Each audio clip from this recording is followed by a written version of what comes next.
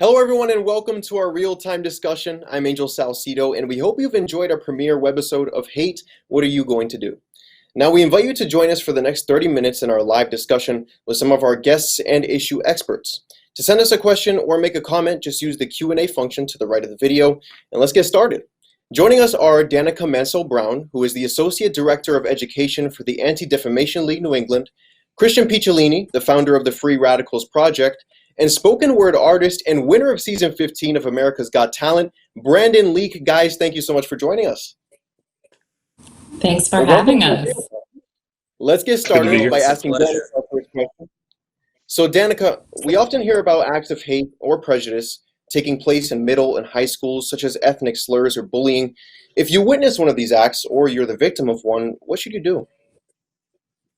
So first, I'll just say that everyone deserves to be treated with dignity and respect, right? Everyone deserves to be both safe and celebrated. So in those moments when that's not happening, I just want to remind you that you deserve to navigate all spaces with both safety and joy. There is obviously no one-size-fits-all response to manifestations of bias and moments of harm, but we can talk about some considerations to make sure that we're navigating complicated moments to the best of our ability. And I'll say before anything else, obviously, make sure that in responding, you're thinking about your physical safety first and foremost.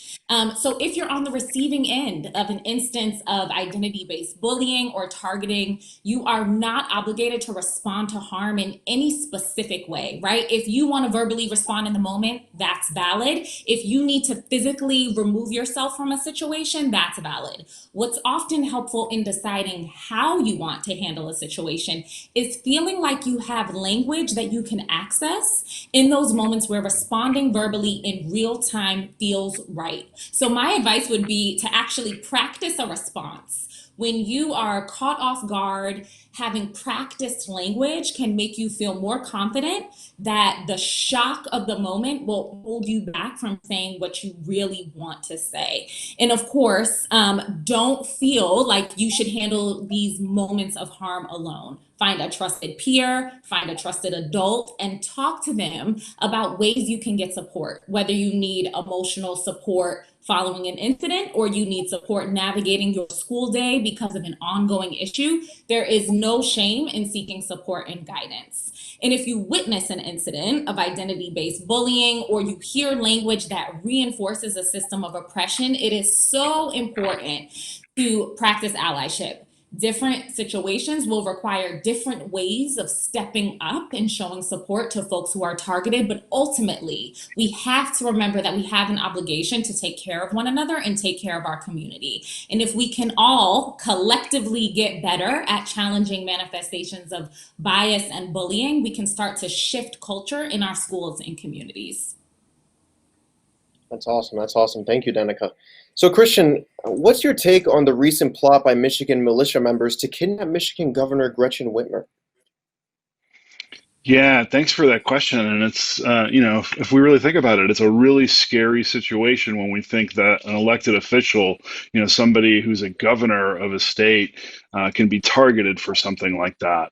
Unfortunately, we're living in a time right now where, we're dealing with all kinds of these, perfect storm environment situations where we've got a pandemic going on, we've got an election happening in just a few weeks.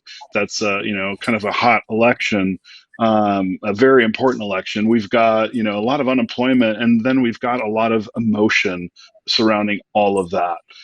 So it's a scary thing to think that there are people out there who are training for these types of things. But I can tell you, having been somebody who for the last 20 years has been researching and monitoring, groups like militia groups, that are now being called things like Boogaloo movement.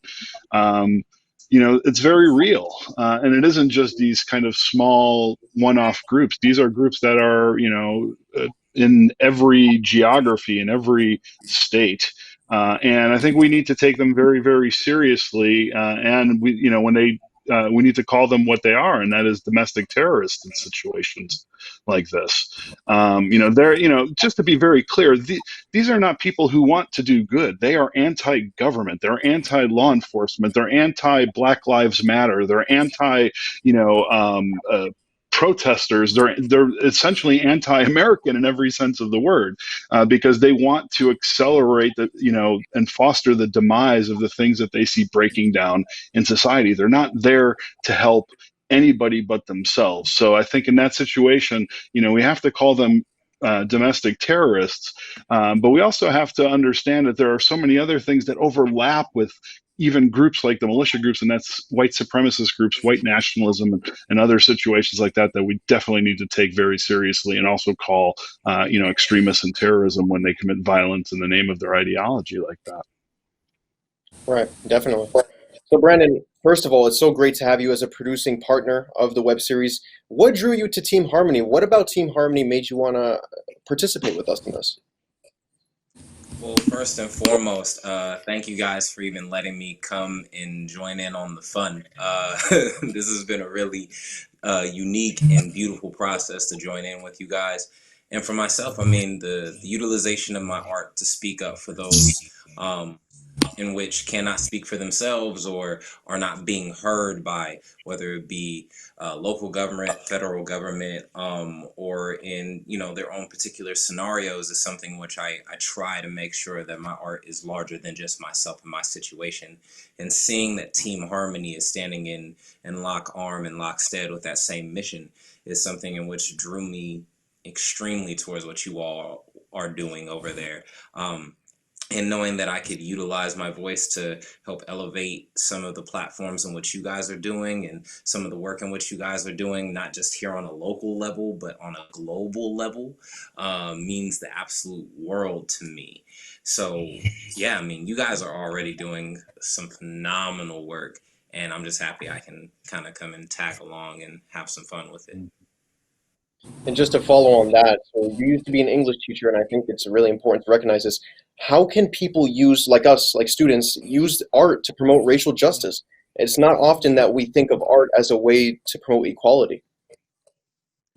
Yeah, I think that if you look back on history, art has always intrinsically been in the midst of all battles against social injustice, from the olden days of Negro spirituals to be utilized on slave plantations for the sake of being able to either communicate messages or rally, this type of internal fight for themselves, to you now have songs like Strange Fruit, in which are like political statements en masse during a midst of a time in which people were not doing such a thing in that entertainment sector, to then you get more even directly charged songs like F the Police from somebody like NWA, or The Sound of the Police by somebody like KRS-One, to like our generation's protest song All Right by Kendrick Lamar.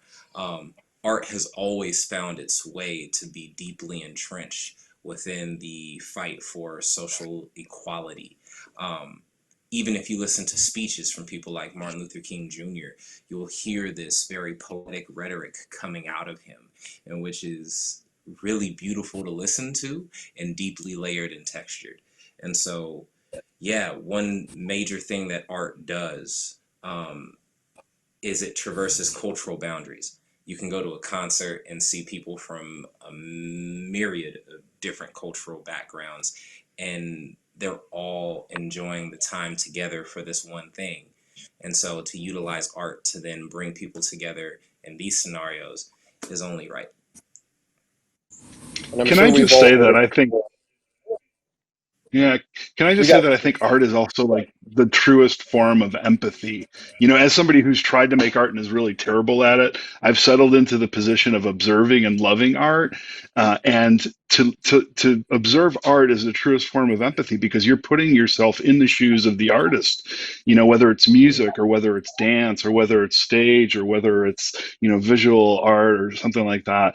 You're putting yourself in the position of interpreting it from that, from that position. So I also want to say thank you for that. And as somebody who's been a receiver of empathy, I have to say, I feel so privileged to be here, given my background, given what I've done to harm the world, to be here, to be given a second chance to try and repair the world. I want to say I'm so grateful for that, and I recognize the privilege in that. So we need to raise up the voices of the people who have skin that's brown and black, who don't get those second chances like I've been given. And I'm so grateful for Team Harmony for doing it. I'm so grateful for Art for doing that as well. So just before we move on, I want you guys to know that you can jump in. You can jump in whenever. If you have something to say, feel free to say it. So I think we've all had this happen to us before, where we're explaining racial justice and the things that people need to do. Oh, you got it, Brendan. Yeah, I was just gonna say to quickly chime in to what you just said, my man. I mean, like, I know everybody differs in their spiritual and religious beliefs, but like on my end, like, to see somebody like yourself is like a Saul to Paul conversion moment in my eyes. To be able to see somebody who was bringing destruction to a group of people to then come in lockstep to say, you know what, no, I'm going to then be about the promotion of you all, is a beautiful thing to see. So thank you for what you bring to this table. My pleasure. Thank you for having me. That's awesome. So I think we've all had this experience where you want to explain to somebody how important racial equality is and racial justice is, but they say, I'm just one person, what can I do? Anybody can answer this here. What would you tell somebody who says, I'm just one person, how much does my voice matter? I mean, I'll jump in. I think what's important for us to recognize is that a lot of individual people create this collective in which there is this momentum behind forging justice. And so you really need to think about, as we all think about how we can affect change in this world, all of the spheres of influence that you have. Each of us navigate spaces that are unique, in which we have different relationships that we can leverage to try to make change. I mean, Christian, you have the ability to connect with folks who I could never connect with by virtue of who I am, by virtue of my experiences. And so if each of us can see our social responsibility and what it means for each one of us to engage, then we will be in a world where a critical mass of folks are committed to creating justice and committed to creating safety. And sometimes you don't see the power of that from your perspective, but when you put all of those pieces together, you can see how impactful it can really be. We're all just one, yet things get done. Imagine what we can do if we just did it, just piece by piece and put it all together. People ask me about religion all the time, and I tend to be an agnostic person. I don't think I'm smart enough to know what is truth when it comes to religion, but I'm very spiritual, and I kind of interpret it as we are all cells in a God's body, right? And when our cells aren't communicating with each other, God's broken. The world is broken when we, are not talking to each other, or we're not operating in a healthy way with each other as those independent units. It's as if the body is sick. So we are all cells in that larger body. So we all have to operate independently, but together as well. So thank you for what you said. On my end, I would say, like, think about it like this. If somebody were to walk up to you and say, yo, you look fly today, or yo, you look beautiful, some complete stranger, you would walk around with a certain level of confidence that, like, yo, I look dang good today, right? That's a small way that you just change somebody's entire life, even if just momentarily. The same way that if you walked up to somebody and were like, dang, you look trash, then you can completely break somebody down. Our words and our personhood and who we are has power. And as we continue to exchange not just words, but also energy with one another, you can truly leave a lasting impact just as a single individual. And then if you bring your singleness and your personhood to a collective like this, where now you guys are one resounding voice together, it only amplifies that. I think you are all masters of the written art of word. And Brandon, you mentioned it. Words have power. And I think people don't realize what they say can actually hurt. And even if they don't mean to hurt, it does hurt. And you know, there are these videos that come out on social media of people in video game chats saying these terrible, terrible things. Uh, what can we do as a collective? You know, me as a student, as a college student, and even if you're not a student, if you're an adult, what can we do to try and change the way language is used to be positive instead of negative? I guess I'll dive in first. Um, I like to define myself as an optimistic realist, a person who looks at the world for what it can be, but then operates and functions within what it is, right? So the optimistic part of me says, like, yo, just teach people to do better, right? Like, you teach them, they'll learn, and they'll begin to operate and do better, right? But that's not necessarily always the case if we're being realistic and honest about it. Um, I think the biggest thing is being able to get to youth at a very young age. It's a very hard thing to reform ideology within adults, if I'm being extremely honest. And being a former educator, these things get embedded in these youth early. And if we can get an opportunity to be able to get them to learn empathy, to learn care, and to learn how to utilize their words to build each other up instead of tear each other down, I think that you'll see a generational shift within the next 5 to 10 years, which, if we're honestly going for lasting change, always requires a period of time to have that intercession go on.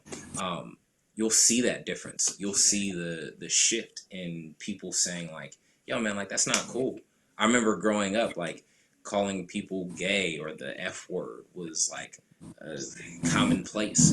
And it took my entire generation of like 5 to 10 years to get out of that mold and have that no longer be culturally acceptable.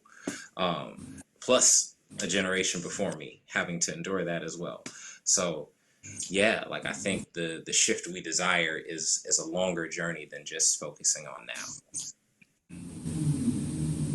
I would also just add that language goes beyond just the words that we're speaking, right? Language is connected to deeper concepts. And we know that we live in a country where so much information is left out of the narrative about who we are as a country, what we stand for, how we got here. And in doing so, we cause real harm to several different historically and currently marginalized groups. And so if we can think about having access to language as also having access to all of the information that you need to fill in the gaps, then hopefully we can, through education, create more minds where you know, people have all of the information and make different choices about the language that they use. You know, when folks don't have a full understanding of the real history of this country, it's really hard sometimes to make choices about what you want to say, how you want to treat people, how you understand the world around you. And so, as we're talking about language, we need to make sure that we're engaging in that continuous education. And that's important for both young people and adults. Definitely. So I'm gonna ask this to all three of you because I think this is kind of not necessarily the goal, but it's a little bit of validation. What are you hoping your community and the country as a whole, and ultimately the world as a whole, will do because of your efforts?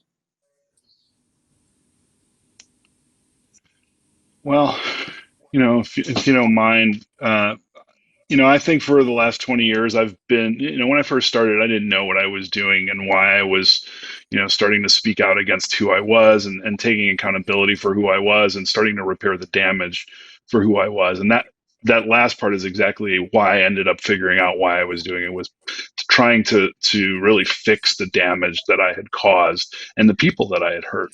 And that's how it started. And I think that we have to understand, you know, to Danika's point, we have to understand that we are all connected. Our words and our actions all impact everybody else, and we have to start taking accountability for what we do in the world and for how we impact others.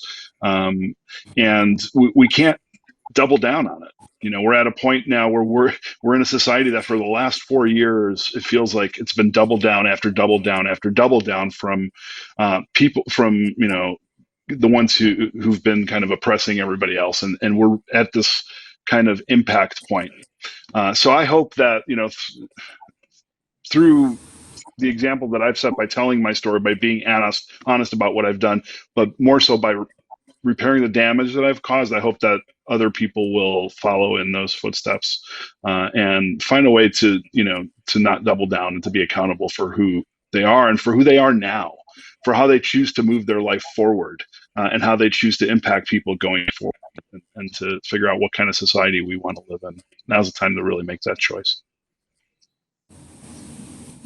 Christian, you said a lot at the beginning. You were saying like who I was. And, that isn't who you were. Those are things that you were doing, but that wasn't who you were. And it seems like you're at a point in your life where people have extended a lot of grace to you. And I hope that you can do that for yourself also, as we're sitting here thinking about language, right? Like you are not defined by the harm that you've caused other people. Now that you are on this path of addressing it, of owning it, and of turning over a new leaf. So I'm going to ask you to don't define yourself by that past. I appreciate that. Thank you. Absolutely. I think it's so important too, because it really was a search, and I think it's an important thing to understand. It was, even at 14 years old, for me, it was a search for identity, community, and purpose that I was looking for.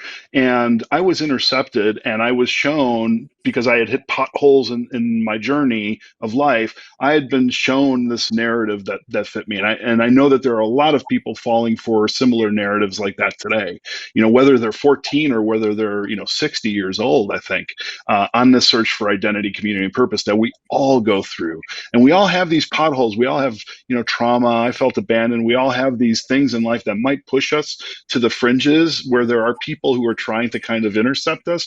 But we have to, as people who have a stability, have to find ways to pull people back and repair those potholes. And it's such a critical moment to do that. And I'm so grateful for the grace that you've given me, and both of you. And I appreciate it. Thank you. And I have a new identity, community, and purpose now. And that is one that is trying to repair the damage that I've done. And I embrace that. Would you like the final words? And would you like me to go next, or would you like to go last? It's all you, brother. Go for it. Okay, cool. Because never mind. I'll save that for later. To steal from that last discussion, I hope that people find truth and grace from the labor that I put into the world. Truth that will cause them to reform and reshape what they think and how they look at the world, but grace enough to understand that they can be flawed and loved at the same time. That they can be able to change themselves and know that, like, this may have been actions in which they once took, or this may have been who they once were and adopted the moniker of, but that they can honestly be able to know that, like, my past and my mistakes do not define me. What I like to do in response to them is what's going to define me. That's the root of my work, and I hope that that's what people will know me for. That's beautiful. I mean, I want a lot of things from my work. I want people to be safe. I want people to be able to find rest.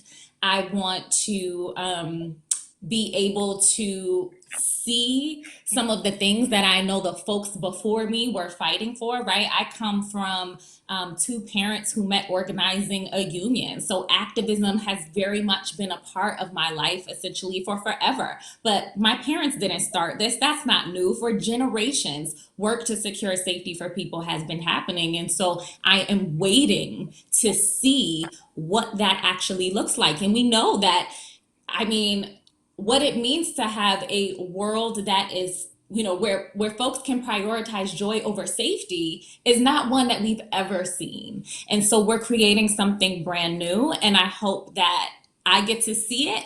And if I don't, I hope my kids get to see it.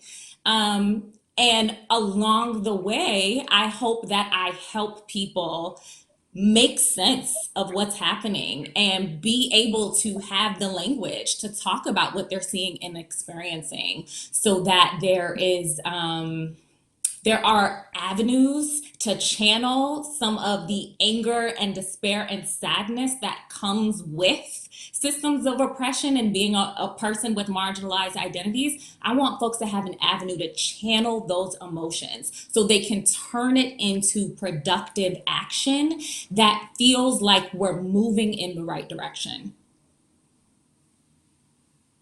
That's awesome. Well, guys, we'll do one more question here. I say this as a journalist, as an aspiring journalist. The news nowadays can be so incredibly negative. It feels like every time you turn on the news, something bad is going on, or someone's died, or something internationally, not even nationally, because our country is in turmoil as it is, but internationally. So how do we stay positive, whether it's through art, whether it's through writing, through activism? There's so much bad news, and so many people seem to literally be angry about everything. I mean, it's hard to make changes when everybody's so angry. So how can we stay positive as a people? I think positivity is overrated. I think that let me explain. So I think that, you know, we as a culture get really afraid of some of those emotions that we think about as being traditionally negative. We get afraid of the anger. We get afraid of, the sadness. We get afraid of the despair. And I think that it's important that we allow ourselves not only to feel all of those emotions, but also to embrace them in this work, right? If I get angry at you, then that anger is extremely educational. If I trust you enough to get angry with you, then my hope is that you're learning something from that anger. I think what we don't want to do is get stuck in this feeling of negativity. I think, when you're trying to change the world, you have to be simultaneously radically optimistic and realistic, like you said, Brandon.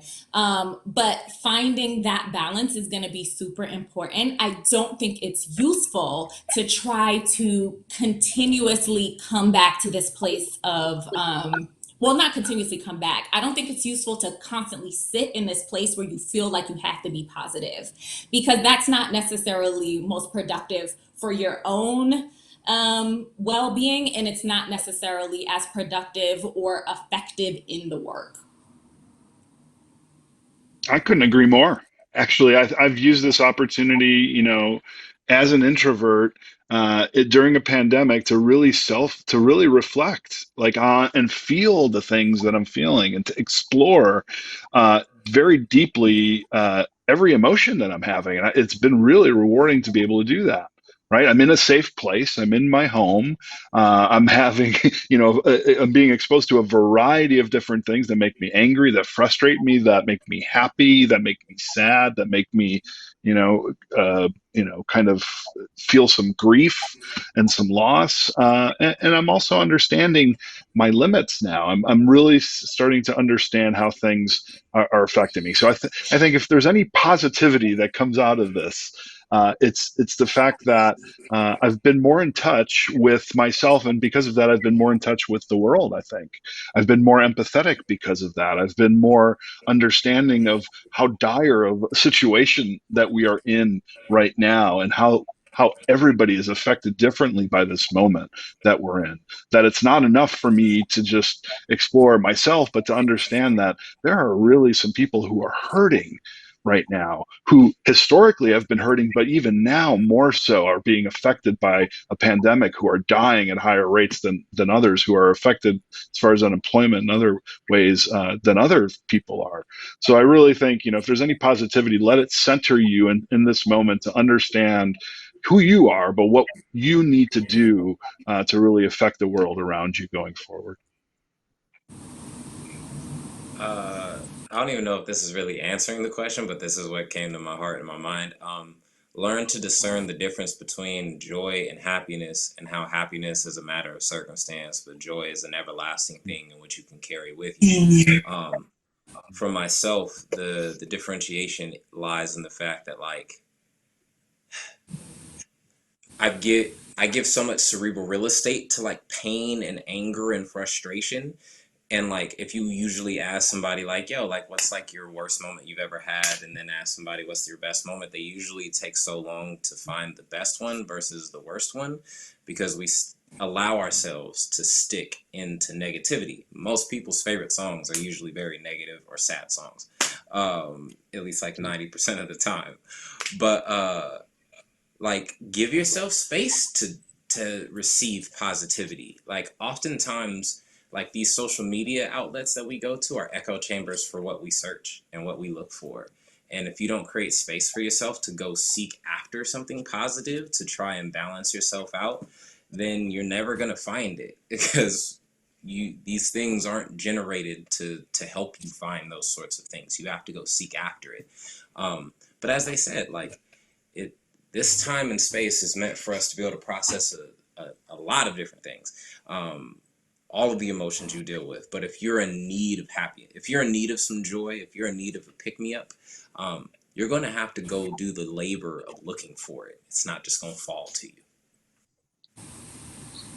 Well, our time is up, but I just want to say, I think I speak on behalf of Kahari, Miranda, and everyone involved with Team Harmony.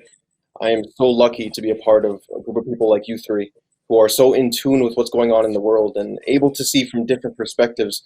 I think that's the greatest thing we have in this. The greatest ability is to be able to see what other people are going through and to put yourself in their shoes, even if you don't quite understand it. So thank you so much. I am I so also want to grateful thank to know all of you. I also Much want to love to thank our viewers everyone. for loving on. If you haven't already, please be sure to sign up for our future Webisode program notifications by clicking on the orange box located on the homepage of teamharmonyfoundation.org. That way you won't miss any of our programs and the live discussions, that follow. But in case you do, you will also be able to watch them anytime on our website via video on demand. We hope this webisode has enlightened you on the state of hate and inspired you to do your part to promote racial and social justice in your community. Mark your calendars and be sure to tune in next month, Tuesday, November 24th, for the next webisode of Hate, What Are You Gonna Do? We'll break down the impacts the arts have on promoting racial and social justice. We'll see you guys then. Thanks, guys.